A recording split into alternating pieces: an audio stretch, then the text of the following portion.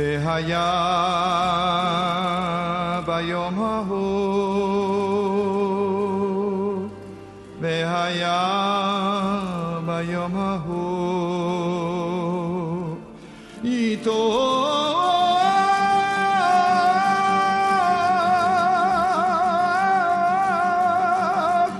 בשופר גדול, בשופר גדול.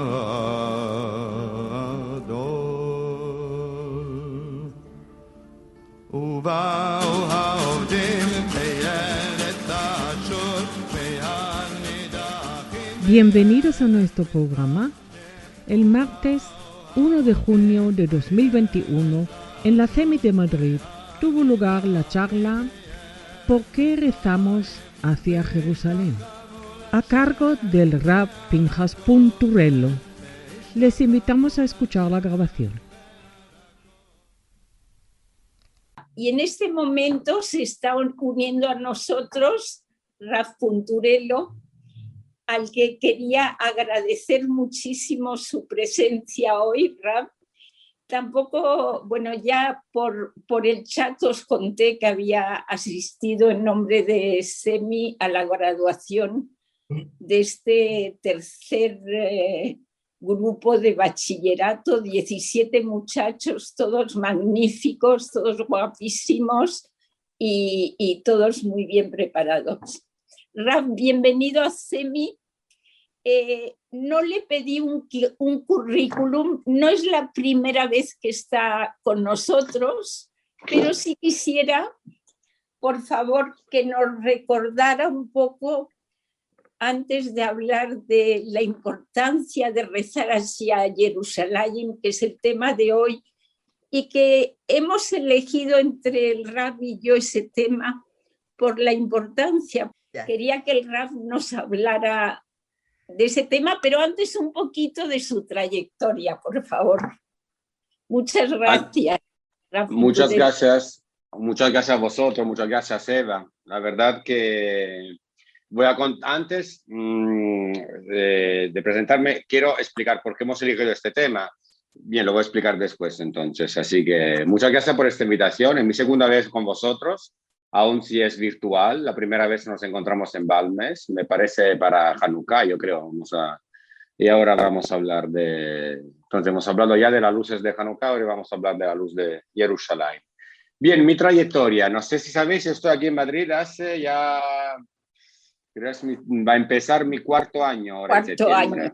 En septiembre va a empezar mi cuarto año, pero 3 con mi familia. Es decir, el primer año yo trabajaba en Madrid viajando desde Jerusalén hacia Madrid y mi familia seguía viviendo en Jerusalén y son 3 años que estamos todos juntos aquí.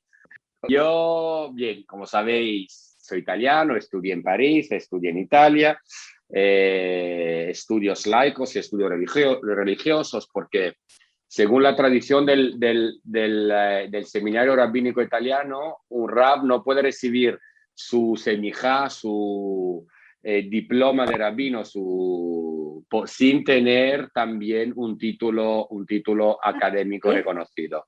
Esa es una tradición muy antigua del seminario rabínico italiano. Y entonces yo estudié ciencias políticas y trabajo a veces como periodista, a de vez en cuando escribo a veces artículos, escribo de vez en cuando... Y después, obviamente, estudié en París y estudié en Israel, en Italia e en Israel, con varios rabinos franceses, americanos y italianos. Y trabajé muchos años en la Rabbanut israelí de Israel. Me ocupaba de conversiones, trabajaba en el departamento de conversiones de la Rabbanut de Israel, hasta que me mudé aquí hace 4 años y bien, de ser director de lo que se llama Ulpan Giur, es decir, un instituto que acompaña a personas o familias a las conversiones en Israel. Siempre me ocupé de educación, evidentemente. Decidí dedicarme totalmente a las nuevas generaciones y estoy aquí en Madrid. Trabajé algunos años en la Universidad de Bar-Ilan con varios temas de investigación y en particular me ocupé de una mujer que se llamaba Hannah Arendt, una filósofa judía de Alemania, y nada, esta es básicamente mi trayectoria. Padre de 4 hijos, la primera ya se graduó, Noga. Quiero contar por qué y cómo, porque fue algo que me gustó mucho, la verdad, Eva, cómo hemos elegido este tema. Nos encontramos con Eva a la manifestación hace 2 semanas, a la manifestación en frente de la embajada israelí, en el momento que todos sabemos, en el momento crítico que todos sabemos. Y en este momento, donde había más de 300 personas manifestando, apoyando, expresando su conexión profunda con Jerusalén, Eva me invitó, obviamente, a vuestro encuentro semanal. Y los dos hemos pensado que la mejor manera para celebrar este encuentro tenía que estar conectado con Jerusalén. En este contexto, es decir, el contexto de la manifestación fue el contexto que nos inspiró. Entonces yo dijo, Eva, vamos a hablar del por qué, según la halajá, todas nuestras sinagogas, todos nuestros rezos, todo, también a nivel arquitectónico, físicamente, todo el mundo judío de cualquier lado tiene que ponerse hacia Jerusalén. ¿Cuál es la fuente? ¿Cuál es la reflexión? ¿Y por qué nuestros sabios decidieron esto? ¿Por qué nuestros sabios pusieron mucho enfoque sobre el tema de nuestra conexión cuando rezamos hacia Jerusalén? Y quiero contar algo que fue, obviamente podéis interrumpirme cuando queráis, ahí entre el micrófono, si habéis una pregunta, una reflexión. Quiero contar algo que me pasó en mi primer Shabbat en Balmes. En mi primer Shabbat en Balmes yo vi algo bastante curioso.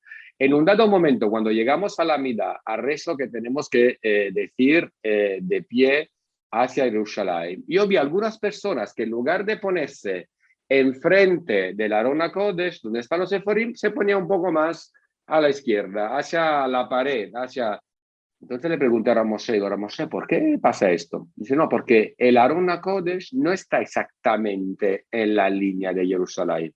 Entonces, algunos que quieren estar exactamente conectados con Jerusalén se ponen un poquito más a la izquierda, porque ahí está la dirección.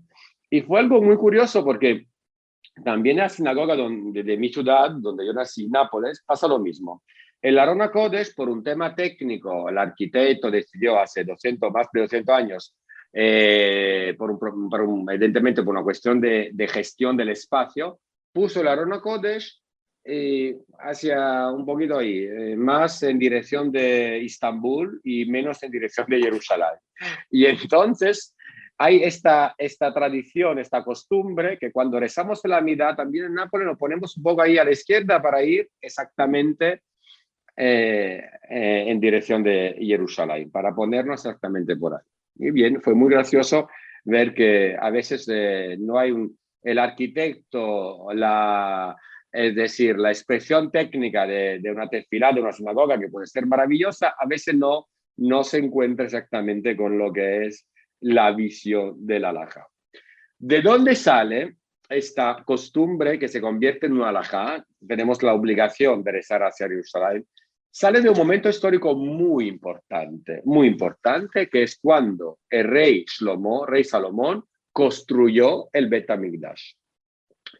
Vamos a ver lo que pasa en la historia para entender lo que pasa en la Torá. Torá e historia se cruzan mucho y es importante. El rey Salomón, como todos sabemos, es el hijo menor de David. El rey David ha tenido muchas mujeres. Sabemos que nuestros antepasados, en particular los reyes, la verdad que solo David y Shlomo, porque el primer rey de la historia judía, rey Shaul, que es un rey trágico, pero solo se casó con una mujer y le fue muy fiel a su mujer. Entonces, Salomón es el hijo de David y Bathsheba. Es una historia bastante complicada porque Bathsheba estaba casada. Es una historia complicada. Y es el hijo menor de la última de las mujeres de David Amelech. Salomón se convierte en rey y él sabe algo porque fue la gran herencia de su padre y también porque en su conexión con Dios le dijo esto. Él sabe que él va a ser el rey que va a construir el Bet HaMikdash.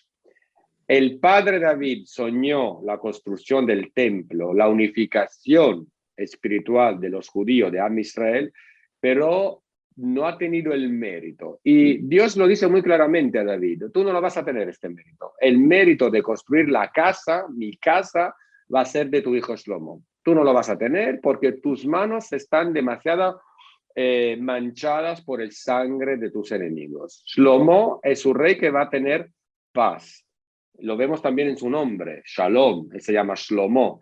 Es el rey de la paz, es el rey de la armonía, es el rey de un mundo completo. Y entonces sus manos pueden tener el mérito de construir el Bet HaMikdash, de construir la casa donde yo, dice Dios, voy a vivir, voy a poner mi presencia. La presencia de Dios no puede entrar en un lugar construido por amor del poder, por amor de la política, por amor de una visión política. Tiene que estar en un lugar obviamente construido, proyectado, imaginado por amor de la paz.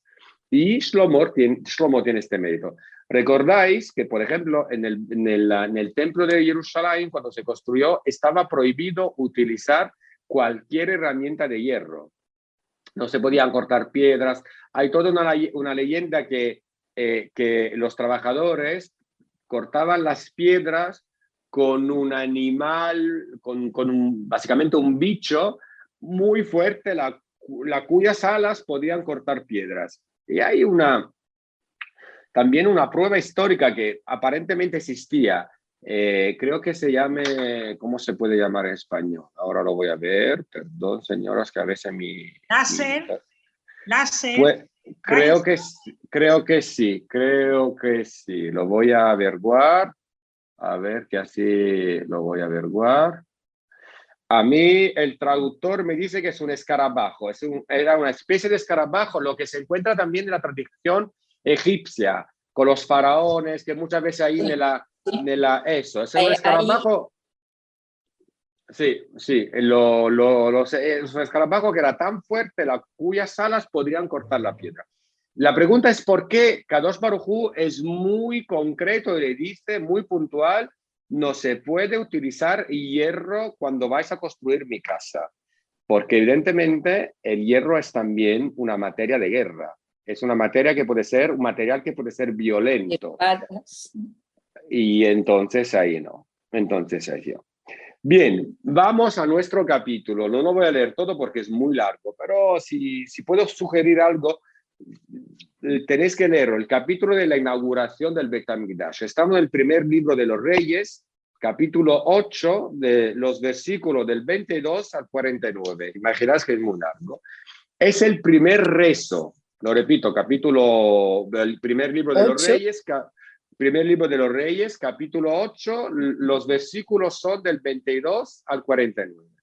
Es el primer rezo de Shlomo HaMelech en la casa de Dios, en el Bet HaMikdash, en el templo. Es un rezo maravilloso. Porque, ¿Es una haftará también? no es una haftará. No hay, un trocito de este capítulo es una haftará también, pero en general es un capítulo bastante largo. Un trozo de estos pesukim también se encuentra en una haftará, pero todo el capítulo es bastante largo, entonces no entra todo de una haftará. Pero sí, una parte de verdad es una haftará. Y creo que es la haftará de la parashá de Vayakel, si no me equivoco.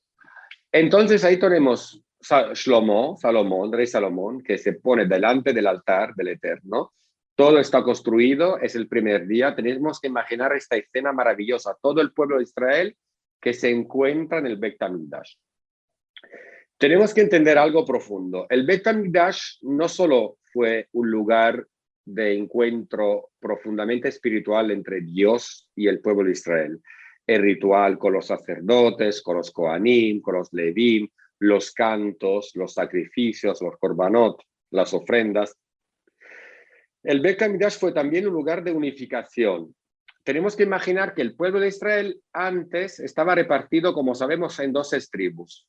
Y cada tribu tenía su propio altar privado.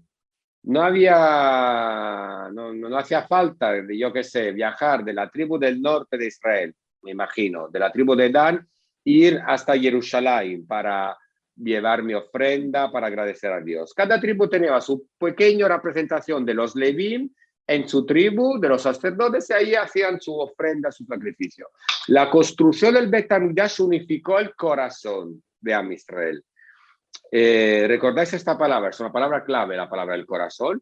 Y entonces ahí empieza con el Bet HaMikdash la unificación también de alguna manera espiritual y política de nuestra identidad. No podemos mentir y tenemos que decirlo. La construcción del Bet HaMikdash completó de alguna manera la obra política de David HaMelech. David HaMelech construyó, si vamos a Jerusalén lo vemos, Migdal David, la ciudad de David. Se encuentra exactamente cuando entramos en la ciudad vieja de Jerusalén, a la derecha, entrando por la puerta de Yafo, Shar Yafo, a la derecha está todo el complejo histórico, arqueológico de la ciudad de David, de Migdal David, que se puede visitar, y ojalá que pronto podamos volver con tranquilidad a Jerusalén, viajar otra vez. Ahí también por la noche del verano proyectan una magnífica película histórica sobre la muralla de la ciudad vieja de David, con toda la historia de Jerusalén. Es algo que una vez fue con mis hijos, se le encantó. Fuimos también con el bachillerato hace 2 años. Hacía frío, pero bien. Son jóvenes, pueden sufrir un poco de frío, no pasa nada. Era diciembre, entonces estar ahí en diciembre en Jerusalén a ver la película fue un poco intenso, pero bien, los chicos se lo pasaron bien. Porque básicamente utilizan las piedras de la muralla como parte del escenario para contar la historia de Jerusalén. Es algo muy... Entonces, David construye su palacio como cualquier rey del mundo. Es decir, también cuando se convirtió en Madrid capital, un rey cuando quiere de alguna manera significar su presencia y transformar una ciudad, una ciudad en una capital, el primer acto es construir su palacio, su residencia. Hablo de rey físico, de rey político. ¿Qué faltaba entonces a Jerusalén después de David? Faltaba la unificación espiritual, faltaba el Bet HaMikdash, la casa del rey de los reyes, Kadosh Baruj Hu. Entonces el Bet HaMikdash también completó esta visión política de alguna manera, política y espiritual. Ahí tenemos todo el pueblo de Israel, es el primer día, Rey Shlomo está delante del altar, todos los ojos de todo Israel le están mirando.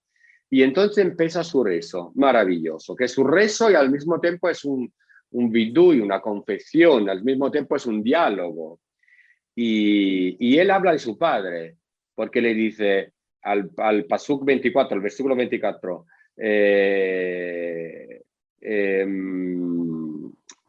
tú has guardado a tu siervo David, mi padre, lo que le dijiste con tu boca y con tu mano lo has cumplido, como aparece este día. Es decir, tú le prometiste a mi padre que yo sería la persona que va a construir tu casa y hoy se cumple tu promesa. Es decir, Kadosh Baruj Hu, le prometiste a mi padre y hoy estoy aquí cumpliendo no solo de alguna manera mi compromiso contigo, estoy cumpliendo también el compromiso tuyo, Dios, con mi padre, porque le prometiste que yo hubiese sido la persona que va a cumplir, que va a edificar tu casa. Y es maravilloso porque Shlomo HaMelech, el rey Shlomo le dice que estén tus ojos abiertos de noche y de día sobre esta casa. Es decir, este es tu lugar, no es el mío. Yo tengo mi palacio, yo tengo mi poder, este es tu lugar. Yo estoy aquí en cuanto representante del pueblo de Israel, no soy la persona que expresa el poder. Entonces, que estén tus ojos abiertos de noche y de día sobre esta casa, sobre este lugar del cual has dicho, mi nombre estará ahí. Dios mismo le promete a Shlomo que el nombre de Dios estará ahí. Entonces podemos entender cuánto fue traumático y violento la destrucción del Bet HaMikdash. Para nosotros es un acontecimiento histórico muy lejos de nuestra historia, pero si todavía ponemos en el Bet HaMikdash la importancia espiritual y toda la esperanza y las expectativas del pueblo de Israel hacia este lugar, entendemos por qué en cualquier tradición, en cualquier hogar judío, que sea sefardí, ashkenazí, lo que sea, ¿por qué cerramos, por ejemplo, el Seder de Pesach diciendo Leshana Haba Yerushalayim, el próximo año a Jerusalén? Porque es parte de un corazón que está herido por la ausencia del Beit HaMikdash. Y entonces ahí aparece por primera vez la frase de Shlomo al-Melech, de Rey Shlomo, Asher itpalel avdeja el hamakom hazeh, que oigas la oración que tu siervo hará en este lugar. Primera vez aparece la palabra makom hazeh, las palabras, este lugar. Estamos en el Pasuk 29. Al 30, otra vez, Shlomo sigue su discurso, su confesión, su maravilloso diálogo con Dios y sigue diciendo, el hamakom hazeh, itpalelu el hamakom hazeh, cuando oraren en este lugar. Sabemos por la tradición judía que si se repite una frase, no es casual. Obviamente no es casual. Si en la Torá o en el Tanaj o en cualquier libro de nuestra tradición se repite la misma frase varias veces, esto no es casual. Cada vez tiene un sentido diferente.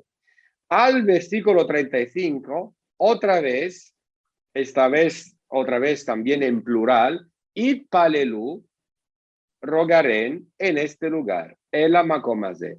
Que la traducción no está muy bien, porque en hebreo no es ba makom hazeh. Si yo voy traduciendo y digo, te rogaré en este lugar, en hebreo, en este sería ba makom hazeh. En el texto es el hamakom hazeh, es decir, hacia este lugar.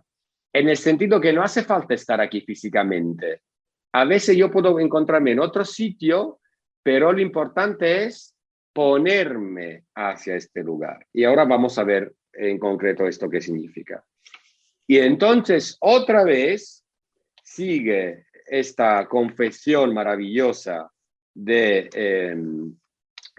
Shlomo, y al Pasuk, al versículo 43, dice, Ata tishma shamayim, tú oirás en los cielos, en la habitación de tu morada, y harás conforme a todo aquello por lo cual el extranjero hubiera te aclamado, para que todos los pueblos de la tierra conozcan tu nombre y te teman, como tu pueblo Israel, y entiendan que tu nombre es invocado sobre esta casa que yo edifiqué. Aquí aparece algo muy interesante. El Beit HaMikdash era un lugar sagrado, y así fue, también por los pueblos, también por mucha gente que no era judía. Se subían a Jerusalén, también muchos los judíos. Todo el mundo monoteísta se encontraba en el Beit HaMikdash. ¿Dónde vemos esta importancia del Beit HaMikdash? Sabemos que el primer templo, por ejemplo, fue destruido por los babilonios en el 586. Es decir, más o menos 100 años después de su edificación. ¿Quién fue el rey que los judíos van a Babilonia? Obviamente, esclavos. Ahí mi cultura italiana no puede no pensar al Va Pensiero de Giuseppe Verdi, al Nabucco, a la obra lírica. Los judíos van ahí, esclavos de los babilonios, lloran. Después de 70 años, los babilonios son derrotados por un otro pueblo, los persas. Los persas eran monoteístas. Eran totalmente monoteístas. Obviamente no eran judíos, pero eran monoteístas. Creían firmemente en la existencia de un Dios, creador del cielo y de la tierra, que creó el mundo desde el Bereshit, desde la Génesis, como nosotros.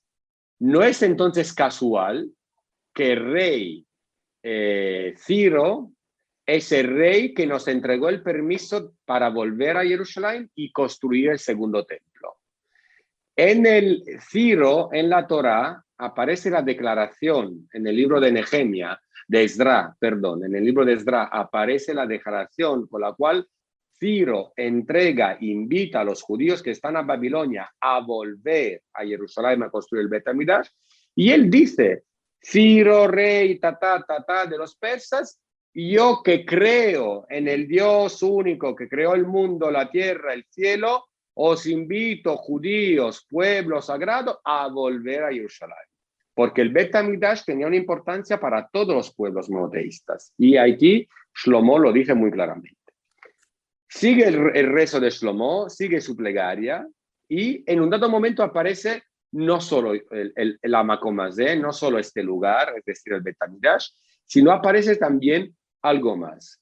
El versículo original así reza: Veitpalelu el Hashem derech ha'ir asher bacharta ba ve'abayit asher baniti lishmecha, y oraré al Eterno hacia la ciudad que tú elegiste, hacia la casa que yo edifiqué a tu nombre. Entonces, por primera vez aparece no solo el lugar físico del Bet HaMikdash, sino también Air, la ciudad, Jerusalén. Es decir, la presencia del Bet HaMikdash en Jerusalén no es casual. Es la ciudad que se merecía por su santidad y por su importancia la presencia del Bet HaMikdash. Después, cerrando su rezo, en el versículo 48, aparece otro elemento. Veitpalelu eleja derech arzam asher natata lavotam, air asher bacharta, ve'abayit asher baniti lishmecha. Y oraré a ti, es Shlomo que habla con Dios, y le dice, y oraré a ti hacia su tierra. Entonces, Bet HaMikdash, ciudad de Jerusalén, Ir, tierra de Israel, la tierra que tú diste a sus padres, hacia la ciudad que tú elegiste y la casa que yo he edificado a tu nombre. El Bet HaMikdash es un lugar tan sagrado que influye sobre la santidad de Jerusalén y sobre toda la tierra de Israel. Aquí entonces entramos en nuestra cuestión. Nosotros tenemos que ir entonces al Talmud, obviamente, a nuestra tradición oral, a las hermosas discusiones de nuestros sabios, donde ahí empiezan los sabios y se preguntan cómo tenemos que rezar. En la época del Talmud existían dos grandes comunidades afuera de Eretz Israel. Ya estamos en una diáspora que ya existe, porque el primer templo se destruyó por los babilonios. Algunos judíos volvieron a Babilonia a construir el Bet HaMikdash después de la declaración de Ciro. Ciro en hebreo se llama Koresh, de Ciro, pero la mayoría de los judíos se quedaron en Babilonia. ¿Por qué? Por muchas razones, económica, social, no vamos a entrar en esto. Había una otra gran comunidad en los tiempos de entonces. La comunidad de Babilonia es una comunidad importante, diaspórica, importante, en la época del Talmud. El Talmud se escribió más o menos entre el IV y el VIII siglo de nuestra era. Había una otra comunidad muy importante en Alejandría, en Egipto. La comunidad de Alejandría tiene sus raíces en la época casi bíblica, podemos decir. Es una diáspora muy antigua. Los 3 puntos de la diáspora más antigua de nuestra historia son Babilonia, Alejandría de Egipto y Roma. Son los 3 puntos de una diáspora, los 3 elementos más antiguos de nuestra diáspora. Entonces los sabios del Talmud que se relacionaban con todas estas comunidades, se preguntan, ¿sabes cómo funciona el Talmud? El Talmud siempre empieza con una pregunta. Como cualquier buen judío, contestamos a una pregunta con una pregunta, y el Talmud no solo contesta una pregunta con una pregunta, sino empieza su discusión con una pregunta. Se preguntan los Jajamim y dicen, un ciego que no sabe dónde tiene que rezar, que no se da cuenta dónde está, hacia dónde tiene que dirigirse, a quién tiene que dirigirse, y entonces cuando reza, y entonces se contesta el Talmud, dice, tiene que dirigir su corazón, Yekaven Libo, tiene que dirigir su corazón hacia su Padre que está en los cielos. Yekaven Libo Keneged Aviv Sheba Shamayim. ¿Por qué está escrito Veitpalelu el Adonai? Y rezarán y orarán hacia el Eterno, orarán a el Eterno. Obviamente esta hoja del Talmud se basa totalmente en los versículos, del rezo de Shlomo. Sigue el Talmud y se pregunta, muy bien, ok, entendí. Y entonces, si esta persona no, por su contexto físico, no no sabe dónde está, a dónde dirigirse para rezar, no hace falta que se dirija hacia Jerusalén o hacia la tierra de Israel, porque a ser ciego, lo importante es que dirija todo su pensamiento hacia nuestro Padre que está en los cielos, Aviv Sheba Shamayim. Muy bien. Sigue por el Talmud y se pregunta, muy bien, si una persona está afuera de Eretz Israel, ¿hacia dónde tiene que rezar? Allá Omed Bechutz Laaretz, está fuera de Israel, ¿hacia dónde tiene que rezar? Y otra vez repite la misma frase. Yekaven libo keneged Eretz Israel. Tiene que dirigir su corazón. Es maravilloso. Tiene que dirigir su corazón hacia la tierra de Israel. Y obviamente el Talmud cita el pasuk, el versículo de Shlomo. Veitpalelu eleja derech artzam. Y oraren a ti hacia su tierra. Es interesantísimo que el Talmud no habla de pensamiento. Soy yo que puse la palabra pensamiento aquí. El Talmud me habla de corazón. Yekaven libo. Es el corazón que tiene que dirigirse hacia Jerusalén. Es muy importante porque la conexión con Jerusalén parece casi que, según nuestros sabios, no es una conexión intelectual. Para nosotros es una conexión de corazón, de amor que a veces es irracional. Tiene sus raíces en una visión mucho más profunda. Es decir, cuando yo y Eva nos hemos encontrado en la manifestación, estuvimos ahí por muchas razones intelectuales, identitarias y política. Pero el Talmud nos está diciendo que la verdad de la verdad de la verdad es que todas las personas que estaban ahí y también las personas que no han podido estar ahí, pero están ahí conectadas con su presencia, están ahí porque es nuestro corazón que nos lleva allí. Más de todo es el corazón. Yekaven libo. Sigue el Talmud y dice, muy bien, ¿y si estás en Jerusalén? ¿Y si estás en Eretz Israel? ¿Hacia dónde tengo que dirigirme para rezar? Y el Talmud me dice, Yekaven libon hacia Jerusalén. Entonces, si estoy fuera de la tierra de Israel, me doy la vuelta hacia la tierra de Israel. Si estoy en la tierra de Israel, tengo que dirigirme hacia Jerusalén. Muy bien. Si estoy en Jerusalén, me dice el Talmud, tengo que dirigirme hacia el Bet HaMikdash. ¿Dónde está el Bet HaMikdash o dónde estuvo el Bet HaMikdash? ¿Dónde estaba, perdón, el Bet HaMikdash? Si estoy en el Bet HaMikdash, tengo que dirigirme hacia la parte más sagrada, el Kodesh HaKodashim, el Santa Santón de Jerusalén. Así, y siguiendo varios ejemplos. Es decir, todo el mundo. Y es maravilloso porque en un dado momento el Talmud me da concretamente las direcciones geográficas de alguna manera. Porque me dice, si estás en el sur, tiene que darte la vuelta hacia el norte. Si estás en el norte, tiene que darte la vuelta hacia el sur. Si estás en el este, oeste, todo el juego que sabemos. Pero se pregunta el Talmud, dice, ¿pero por qué todo este lío que tengo que darme la vuelta? Y es maravilloso la respuesta. Nimtzeu kol Israel mechuvanim et libam lemakom echad. Porque de esta manera todo Israel va a poner, todo el pueblo de Israel va a poner su corazón hacia el mismo lugar. Cuando el Talmud habla de esto, el Bet HaMikdash ya no existía.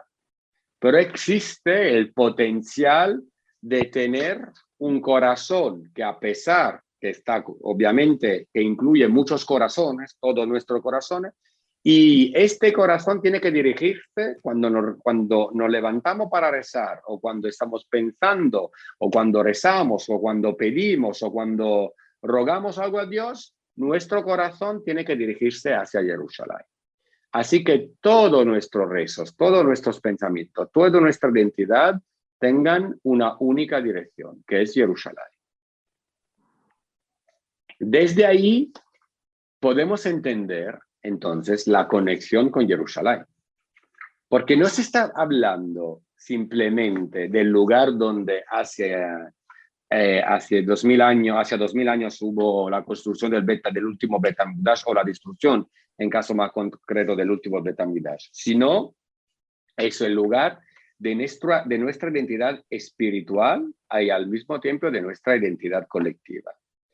Por eso no puse mucho enfoque cuando nosotros vamos a leer los versículos del libro de los Reyes, de la plegaria de Shlomo Amelech. Shlomo Amelech pasa de la expresión singular Itpalel, él rezará, a la expresión plural Itpalelu, orarán. Es decir, pasa de una visión personal de él en cuanto persona a una visión colectiva, donde no hay diferencia, porque si mi corazón se conecta con Jerusalén, el corazón de la persona que está a mi lado se conecta a Jerusalén, ahí pasamos del singular al plural. Pasamos de una visión de mis necesidades a una visión mucho más amplia, de todo, de todo. Después el Talmud sigue con otras reflexiones, que bien, por una cuestión de tiempo no voy, y dice, pero ¿por qué es tan importante Jerusalén? ¿Por qué es tan importante? Y nos ofrece el Talmud todo un recorrido histórico de la importancia de Jerusalén, diciéndonos que, por ejemplo, cuando nuestro padre Jacob, cuando Jacob vino, escapó después del tema de la primogenitura y todo lo que sabemos, escapó para irse a refugiarse en casa de su tío y durmió una noche sobre una piedra, dice, esta piedra es la piedra de Jerusalén. Él durmió en Jerusalén. Cuando nuestro padre Abraham Kadosh Baruj Hu lo puso a prueba con el tema de sacrificar a su hijo, Yitzhak, esto pasó a Jerusalén. Es decir, Jerusalén es un lugar que vuelve a la historia, siempre, constantemente, no es un lugar cualquiera. Es el lugar más importante y es el lugar donde espiritualmente, si vamos a ver a lo largo de la historia, ningún pueblo logró conquistar verdaderamente Jerusalén.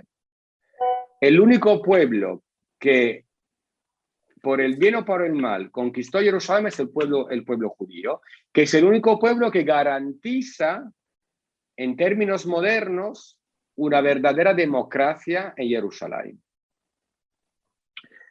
No sé si le conté esta historia de uno de mis rabinos, Rav Riskin, que es de origen americana, y la conté creo cuando fuimos aquí en el Yom Jerusalén, aquí cuando se organizó aquí en el colegio el Yom Jerusalén. Bien, mi Rav Riskin, que vive hoy en día en Efrat, en un pueblo al lado de Jerusalén, cuando era bastante joven, en 1965, es decir, 2 años antes de la Guerra de los 6 días, quería ir a visitar el Kotel. Como sabéis, el Kotel estaba prohibido a los judíos. Desde el 1948, cuando el Estado de Israel pierde el control sobre la Ciudad Vieja, hasta el 1967, cuando hemos vuelto a Jerusalén, los judíos no podían visitar. Estaba prohibido por ley de Jordania que los judíos bajasen a visitar el Kotel. Y también los cristianos, tenemos que decir, no podían ir sin permiso, es decir, había todo un tema burocrático bastante intenso para una delegación de cristianos de ir a visitar la iglesia del Sepulcro y también los sitios religiosos judíos. ¿Qué pasa? Que un pastor evangélico muy amigo de Rav Riskin, le dice, Shlomo, se llama Shlomo, mirad, te invito yo, vamos, él vivía en New York, te invito yo. Te pone una gorra, algo, y te vienes con nosotros. Te vienes ahí, te esconde con mi delegación cristiana, era un viaje espiritual, y te llevo yo, no pasa nada, porque los jordanos no se van a dar cuenta que tú eres judío, así que finalmente podrás visitar el Kotel, el lugar más sagrado. También Rav Riskin es Cohen, entonces le dijo su amigo pastor evangélico, vas a visitar el lugar donde tus antepasados, los Kohanim, hacían las ofrendas, llevaban el ritual. Podéis imaginar con cuánta ilusión Rav Riskin viajó en este barco. Estamos hablando del 1965, se viajaba en barco desde Nueva York hasta Israel. Creo que era como 10 días de barco, algo así. Y llegan a Jerusalén, todo bien. La policía jordana reparte una hoja a todos los turistas. En esta hoja estaba escrito una declaración en varios idiomas, francés, inglés y árabe, hebreo, que la persona que estaba bajando al Kotel o estaba bajando a los sitios religiosos de la ciudad vieja de Jerusalén tenía que firmar una declaración donde se declaraba no judío. Rav Riskin estuvo ahí con el boli en la mano, y él me contó, no, fueron 2 minutos nada más, los 2 minutos más largos de mi vida, él me dice, porque el amigo decía, Shlomo, mientas, no pasa nada, vas a mentir, no pasa nada, no te preocupes, es para ti, tú quieres vivir, no pasa nada, firma, te lo firmo yo con tu nombre, es una mentira, es una... Y piadosa, muy bien, gracias Eva, es una mentira, no te preocupes, no pasa nada, Dios lo va a entender, Dios lo va a entender. Rav Riskin estuvo allí con el boli y al final dijo, no puedo mentir. Y se fue a casa. Obviamente, después de 2 años, hubo la guerra de los 6 días y Rav Riskin entró, como muchos otros judíos, a visitar por primera vez el Kotel. Pero nos damos cuenta que el único pueblo que garantizó en la Edad Antigua y hoy también una libertad espiritual para todos es el pueblo judío. Es el pueblo judío. Desde el primer día, Shlomo Amelech lo dice muy claramente, lo afirma con fuerza. Este lugar es un lugar para todos los pueblos. Todo. Nosotros vamos a acoger a todos los pueblos monoteístas y no importa cuánto es su fe o cuántos son monoteístas. Quieren estar aquí, entrar aquí en tu casa, que sean bienvenidos. Ningún problema.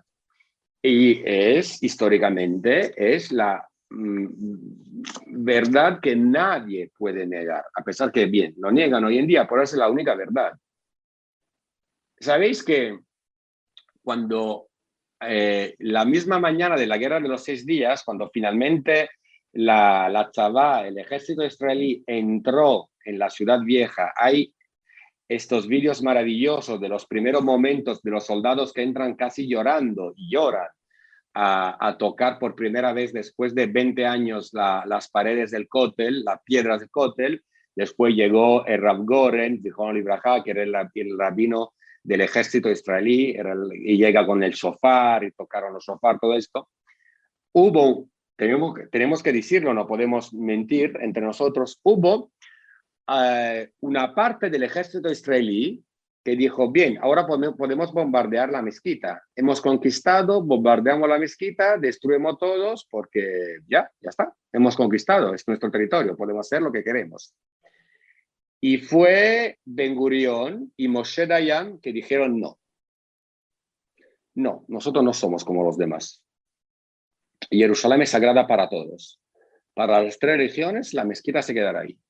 Vamos, obviamente, tenéis que imaginar que antes, para llegar al Kotel, habían como calles muy, muy estrechas. Entonces, ahí ampliaron como está hoy en día y se creó el espacio muy grande que conocemos nosotros hoy en día. Y sí, que cambió un poco la morfología, de alguna manera, de la ciudad vieja. Pero no hicieron ninguna violencia a ningún sitio. Y que no, ningún sitio no judío. Y en general nosotros sabemos que es una costumbre muy común. Aquí en España sabemos cuántas iglesias se convirtieron en mezquitas con la llegada de los árabes, cuántas mezquitas se convirtieron en iglesias después de las reconquistas, cuántas sinagogas se convirtieron en mezquitas o en iglesias a según del pueblo que tomaba el poder en este momento. Lo sabemos muy bien. Nosotros que hemos dejado nuestras sinagogas en otros países, sabemos que no siempre la respetaron como hubiese debido respetarla. Se convirtieron en sitios que obviamente no tienen nada que ver con el respeto para los lugares religiosos. Pero muy bien, pero Ben Gurión y Moshe Dayan le dijeron a esta extrema derecha política del ejército israelí, nosotros no, esto no lo vamos a hacer. Esto no lo vamos a hacer. Nosotros tenemos que garantizar la libertad para todos. Y bien, hemos visto que no siempre esta libertad o la gente que goza de esta libertad de manera correcta, porque hoy en día, por ejemplo, La mezquita es un lugar peligroso, es un lugar que es uno de los problemas de seguridad de la ciudad de Jerusalén. Pero bien, esto ya es un tema político y no vamos a entrar en esto. El importante es ser orgullosos de pertenecer a un pueblo que tiene una ética también de la reconquista militar altísima, un nivel ético altísimo. La raíz de este nivel lo encontramos en este capítulo del Libro de los Reyes, el capítulo 8 del primer Libro de los Reyes, y en el Talmud. La espiritualidad tiene que ir mano a mano con el respeto mutuo y con la acogida de los demás. Recordáis que el Bet HaMikdash era un lugar también para los no judíos. Para los judíos. Y a lo largo de la historia, muchos no judíos visitaron el Bet HaMikdash. Toda la leyenda que es, por ejemplo, la raíz de la historia de nuestros hermanos judíos etíopes, se cuenta que los judíos etíopes son los descendientes del hijo de Shlomo Amelech, de rey Salomón, con la reina de Sheba, que era una reina etíope, guapísima, guapísima, una de las mujeres, de las 7 mujeres más maravillosas del mundo, que se fue a visitar el Bet HaMikdash y visitar al rey Salomón, porque era la persona más sabia del mundo, y evidentemente los dos se enamoraron, se casaron, pasaron algunos tiempos juntos, ella se quedó embarazada, volvió a su tierra en Etiopía, era la reina de su tierra, y desde allí empezó la descendencia de nuestros hermanos los judíos etíopes, según la leyenda. Porque es verdad que muchos reyes de la antigüedad visitaban el Bet HaMikdash y llevaban ofrenda al Dios en el Bet HaMikdash, según su propia fe y según su propia identidad. Bien, yo he hablado muchísimo, espero que fue bastante, no he hablado demasiado. Ahora vosotras, preguntas, reflexiones, estoy a vuestra disposición. Primero agradecer ese recorrido absolutamente maravilloso y esa vuelta a nuestra esencia principal, que es Jerusalén, que es la construcción del rey David y del Bet HaMikdash, del rey Salomón, y todo ese recorrido tan respetuoso y tan bonito y tan de corazón que nos ha hecho vivir en estos minutos. Muchas gracias, Raf Bunturelo. Le dejo a mis compañeras hacer preguntas. Primero, Marisa. Buenos días, Raf. Por favor, entonces rezar delante de una fotografía de Jerusalén ¿podría ser considerado idolatría? No. Delante de una fotografía de Jerusalén, no, absolutamente no es una idolatría. Antiguamente, en muchas casas judías, se ponían dibujos de Jerusalén en la pared que de alguna manera estaba en dirección de Jerusalén.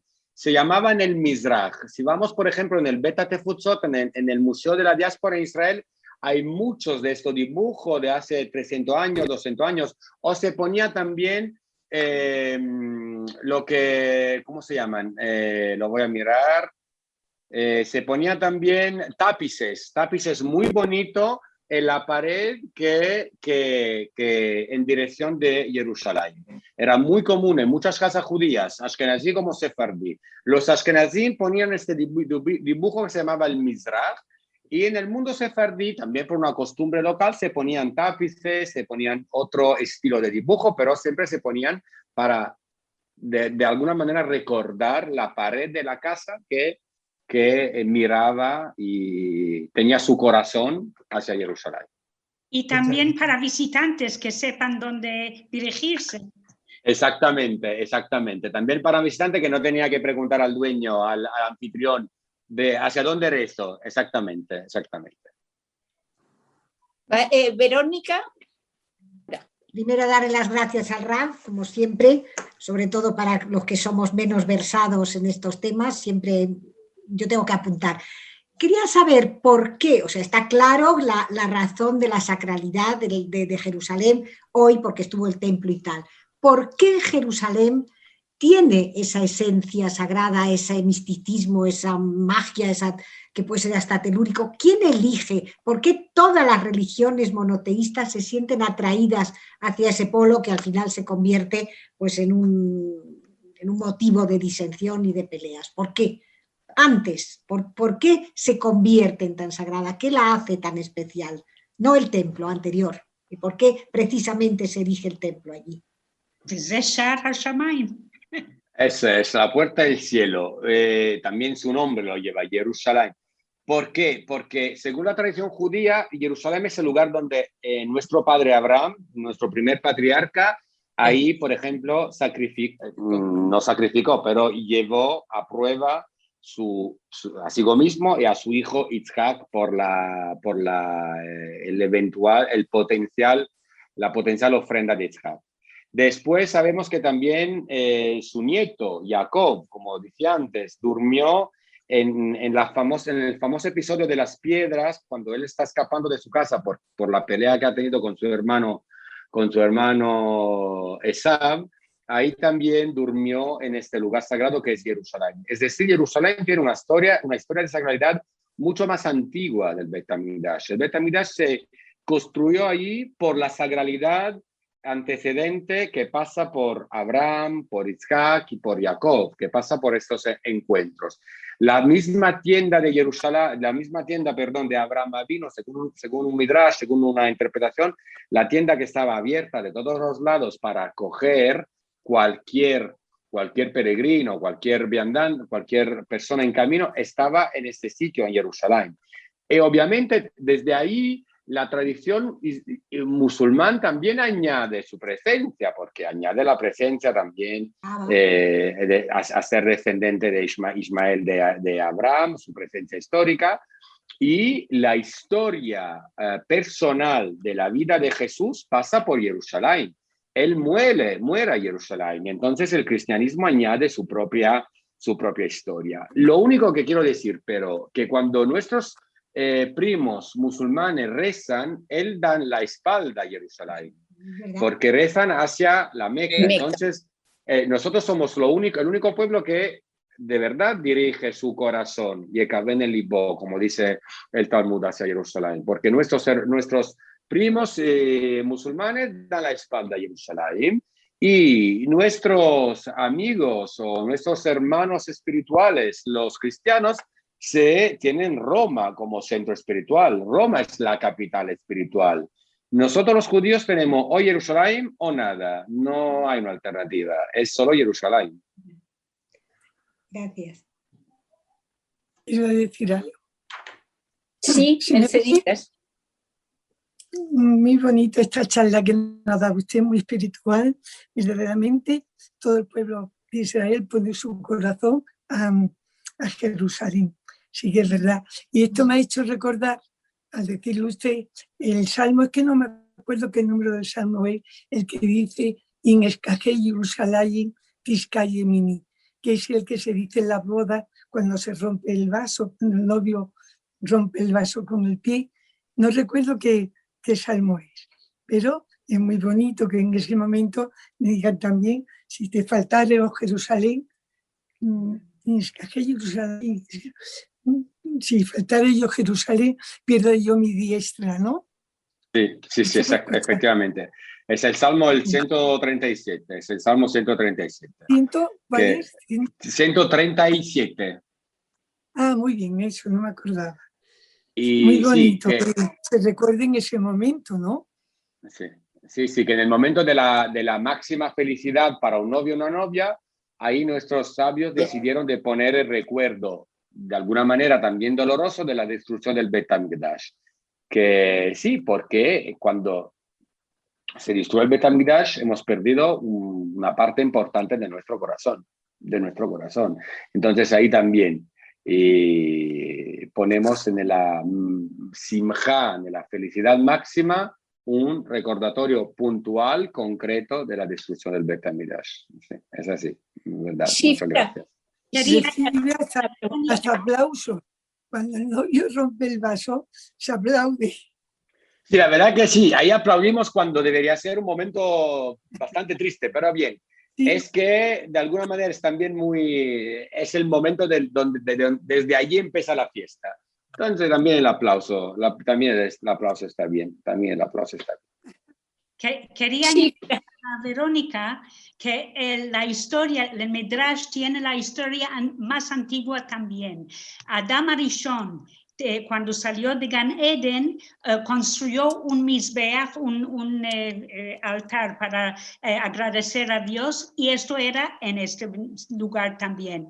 Noah, cuando salió del arca para haber salvadose, ahí construyó su altar para agradecer. Es decir, que toda la humanidad tiene esto como la puerta de los cielos. Verdad, verdad. Gracias, Shifra. ¿Alguna pregunta más, Irit? Bueno, no pregunta, un poco puntualizar. Es que ese lugar donde estaba construido el templo es el lugar de sacrificio de Isaac, como sabemos, pero no solo esto. Después que Dios vio el comportamiento tan fiel de Abraham, decidió decirle que su pueblo será su pueblo. Quiere decir que es el momento del pacto entre Dios y el pueblo de Israel. Es el momento que dice que el pueblo de Abraham será su pueblo. Y el momento del pacto de hace 3.700 años casi, es el momento que ese punto ya es el punto de referencia para el pueblo. Yo creo que es por eso, es la fuerza de ese punto. El punto donde pactó Dios y prometió que el pueblo de Abraham, que los hijos de Abraham serán su pueblo. Yo creo que eso es la fuerza del lugar. Es ahí donde sale el nombre de Jerusalén, viene de dos palabras. Yir'e, que Abraham vino, dijo que Hashem Yir'e, que Dios viera su sacrificio, y antes era el nombre Shalem, Melquisedec Melech Shalem. Entonces pusieron Yir'ah y Shalem junto, Jerusalén, de ahí viene el nombre. Jerusalén, sí. Puede ser visión de paz, que puede ser la visión de paz o la ciudad completa. Y no es casual que el rey que construye el Bet Hamidrash, él se llama Shlomo, que completa, Shalom, que completa también, lo que lleva a cumplimiento todo este proceso de emuná, de fe y de identidad en Jerusalén. Es muy correcto, es muy correcto. Y qué bien lo entendemos nosotros todo este movimiento de paz, de armonía, y qué difícil es poder transmitírselo a las personas que no son judías, que no conseguimos que nos entiendan un poquito más allá del antisemitismo. ¿No le parece, Raf, que es tan contradictorio, que siempre hemos buscado una paz, una armonía, no sé? Sí. Y cuando yo voy hablando, cuando me invitan a hablar, a dar charla de alguna manera más política y menos religiosa, el ejemplo del 1967 es un ejemplo que yo pongo siempre sobre la mesa. Es decir, porque cualquier país tiene en su historia lugares religiosos que cambiaron de religión de un otro lado a según el conquistador. Entonces digo, si teóricamente Israel hubiese destruido la mezquita en el 1967, ninguna ley internacional le hubiese de alguna manera podido prohibir de aplicar la ley militar. Israel no lo hizo. Y si nosotros vemos a lo largo de la historia de cualquier país, esto siempre pasó. Los lugares conquistados cambiaron su identidad. Esta, por ejemplo, es una prueba histórica que yo pongo sobre la mesa para demostrar cómo también un líder laico como Ben Gurión, que era absolutamente laico, lo sabemos, tenía una ética judía de respeto y de paz. A pesar que no sé cuánto Ben Gurión conocía la halajá, que no es un tema de halajá, pero tenía. Y siempre pongo foto, de alguna vez me invitan a charla más política, yo pongo foto, yo qué sé, de sinagogas de Libia, de sinagogas de Turquía, de sinagogas de Yemen, o de sinagogas de Ucrania, de Polonia, o de la misma sinagoga, una de las sinagogas de Berlín, que cambiaron a lo largo de la historia su función según del pueblo que le conquistó o del régimen político que ha tenido el poder en este momento. Y digo, esa es una prueba muy concreta de cómo la ética y la identidad judía en general y en Jerusalén en particular siempre buscó la paz. Siempre buscó la paz, la convivencia y el respeto. Cosa que no vemos en otras situaciones. Y ahí, Verónica, no tenemos que desesperarnos. Ahí hay mucha... Yo cuando me siento, digo, ok, muy bien, vamos a ver, ¿qué pasaba a una delegación de católicos en el 1960 que querían ir de Roma a visitar Jerusalén? Y tenemos muchas pruebas que también los católicos que querían bajar para su peregrinaje a Roma en el 1963, yo qué sé, antes del 67, cualquier fecha lo mismo, no podían bajar así tranquilamente, con libertad y hasta el sepulcro, otras iglesias. Tenía que pasar por muchos controles. A veces le devolvían el papel y esta gente volvía a casa sin visitar nada, porque si la policía jordana en este mismo día se levantaron con, yo qué sé, con el pie izquierdo, con el pie izquierdo, ¿y cuántas veces volvían? ¿Cuántas veces volvían atrás? ¿Cuántas veces volvían atrás? Y es así. Y entonces ahí no tenemos que desesperar, porque yo nunca hablo de ética, hablo de ley militar. Digo, la ley militar permite a un pueblo que conquista a otro pueblo de destruir y cambiar. Claro que sí, lamentablemente, ok. Y una vez me invitaron aquí en un contexto, aquí en España, una charla de esta política, y le dije, bien, yo quiero Santa María la Blanca. ¿Es mía? la pedía Isaac Erub todos los años. Eso, es mía, es mía. No, claro, después de 500 años. Ok, muy bien. Entonces, si hay una ley militar, ya está. Si hay una ley social, ya está. Ok, lo mismo se puede aplicar en Israel y los israelíes no lo hacen. Entonces, tenemos que aprender. El ladrón que todos son de su condición. Eso. Lo acabarán apropiando y un día lo perderemos. Es que ahí está la trampa. Me queda por agradecer muchísimo a Rav Punturello de estar con nosotras hoy. Fue de verdad muy provechoso, fructuoso escucharle.